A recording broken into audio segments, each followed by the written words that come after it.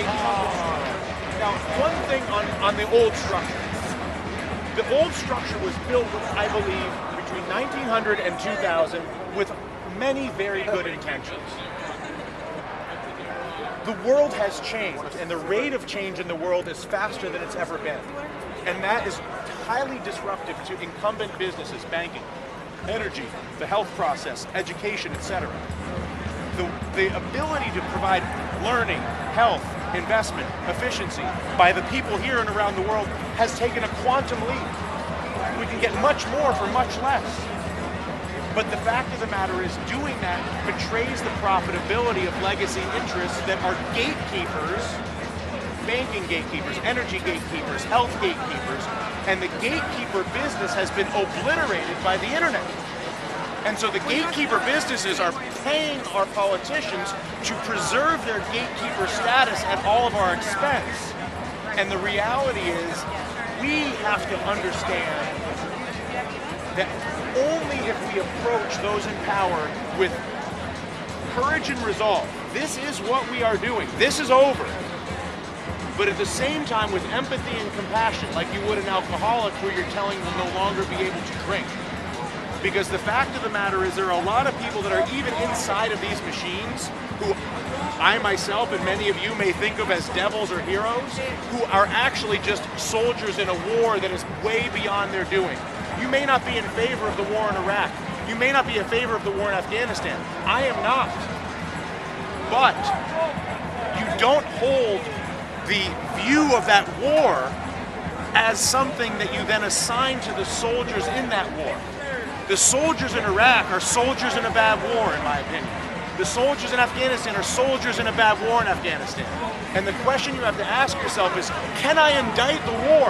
Can I indict the banking system? Can I indict the political structure and change it with a harmonic wave, which is what you're looking at, without feeling the need to become violent towards those who are in it? The people that the person who I believe had the highest stakes in this situation and is the model for all of us, it's a cliche, but it's true, is Nelson Mandela, who when he became president of South Africa, there was a movement in South Africa for the black community in South Africa to go on a murderous rampage for the white people in South Africa, and they were very justified in that rage because the white community in South Africa had been murdering the black community in South Africa forever. Nelson Mandela rolls up, black president, leader of the black community, and he walks into the black community and he says, let's go make friends with the white people. They're like, he's done got straight crazy. But the fact of the matter is, he knew that if he could find an alignment to move forward for South Africa, that ultimately could he move to a place that was healthier for his own people that were his constituency and those who were historically his enemies. And we are at that moment where we are either going to harness our collective agreement that we have a bought government, and that is the issue for this election, period, or we will fall into the traditional splintering that will allow the status quo to perpetuate its power by making the people that look different than different people and by making the people that do different jobs than different people fight with each other over who's right. And that's a lost fight.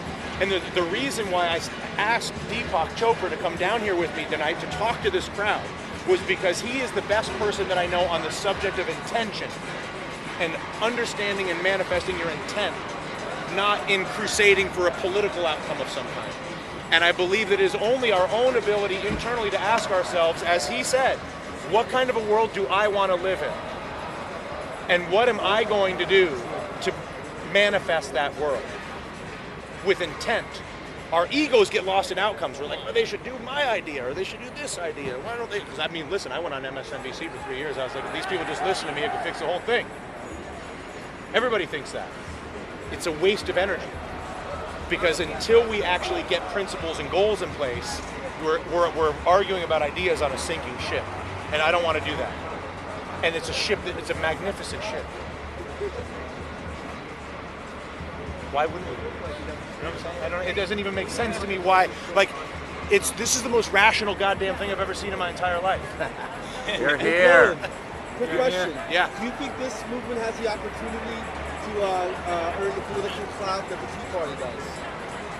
I think that this movement is, as I see it, has an opportunity to transcend politics, reach out and expand to include Tea Partiers, to include the root strikers up in Boston, to include all sorts of people.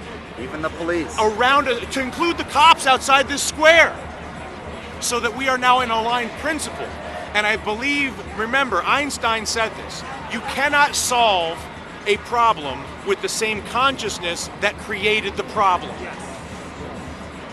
And it's only if we manifest whatever the next tick up in consciousness is. The consciousness now has been us versus them since the 1960s.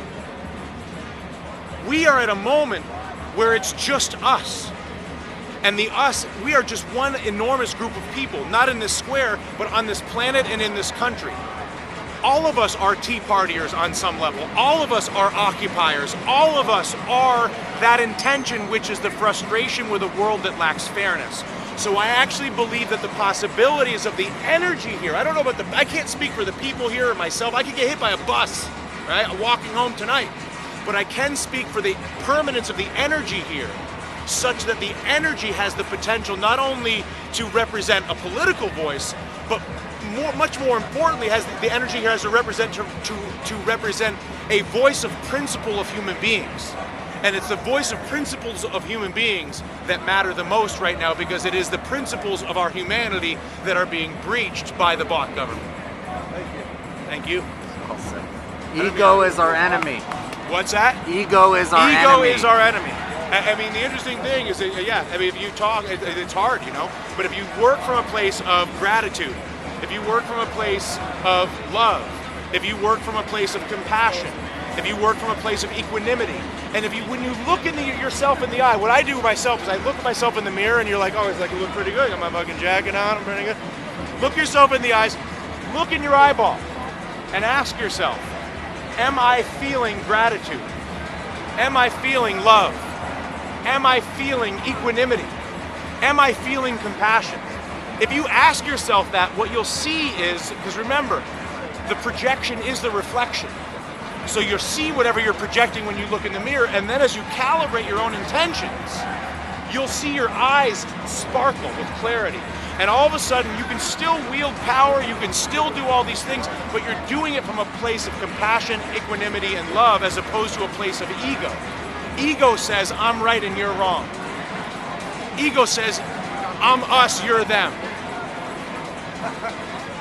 Principle says, we are.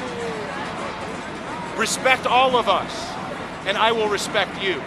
And if that's not a Tea Party message, if that's not an occupier message, if that's not an American message, if that's not a message of the people of the earth, I do not know what is. And here's the thing, you guys. This shit's been going on for as long as there have been people, rich people in government. The pharaohs, the Egyptians, the samurai in London, there's nothing new about this, okay?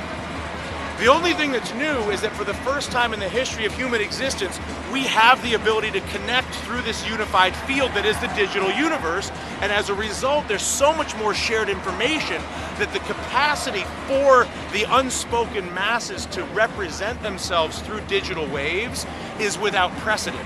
The question is, will those waves spill in a way that is self-destructive with rage, or will those waves be harnessed in a way that actually alters the ecosystem? Remember, people don't create results.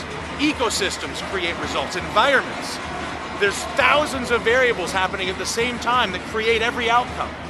Everybody wants to get in there, myself included. I can feel it in my own head. And I'll give a list. I'll just give them a list, and then we'll do my list, and we'll be fine. That's wrong. Not because your list is wrong, but because you don't know everything else that exists that you don't know. And you have to have the humility to understand that there are things that constantly are manifesting and existing that you simply don't understand or know, because nobody does. That's what the unified field is. Once you can accept that and learn how to relate to the unified field, which is through intention, not through outcome. It's through that unified intent that is here and everywhere else that ultimately this problem will resolve itself. The thing that people don't realize, I think, is that the change is already done. And now we're just in a period of time that'll be, I don't know whether it's 10 years, 20 years, hopefully not that long, where that change will manifest itself. But the horses have left the barn, so to speak. I mean, the last thing that I'll say in terms of what's going on is remember, there was, in Sag Harbor, out on Long Island, they used to catch whales, bring them on the dock, chop them up, put the blubber on a train, bring the blubber back to New York, and use it for lights on the street. Whales were electricity. And they're like, we need some light down here in the square. They're like, somebody go kill a whale. All right. Then we invented electricity.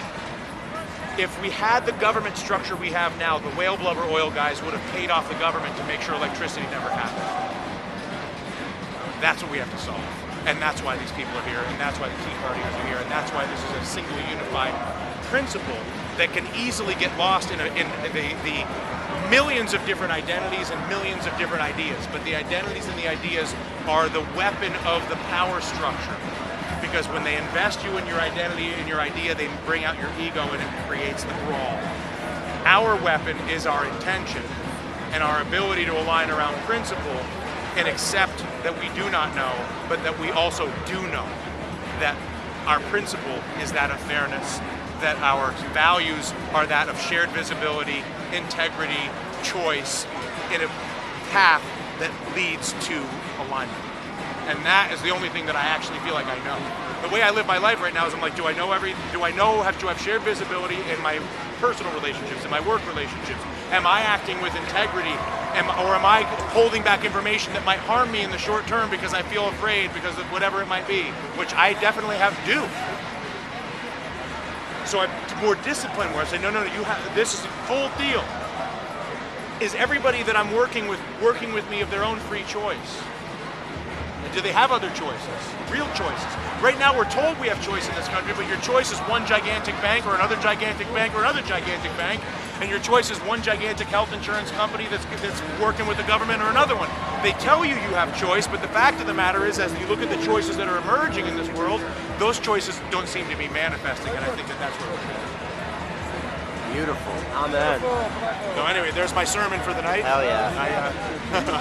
Thank you for your attention. I really want to thank all of you guys for trusting me with your time and trusting me by risking your time with me in having this conversation. It means a lot to me that you guys are willing to trust me to engage in this conversation. And as I told everybody else here, I will be coming back here every night. Like I said, I live around the corner.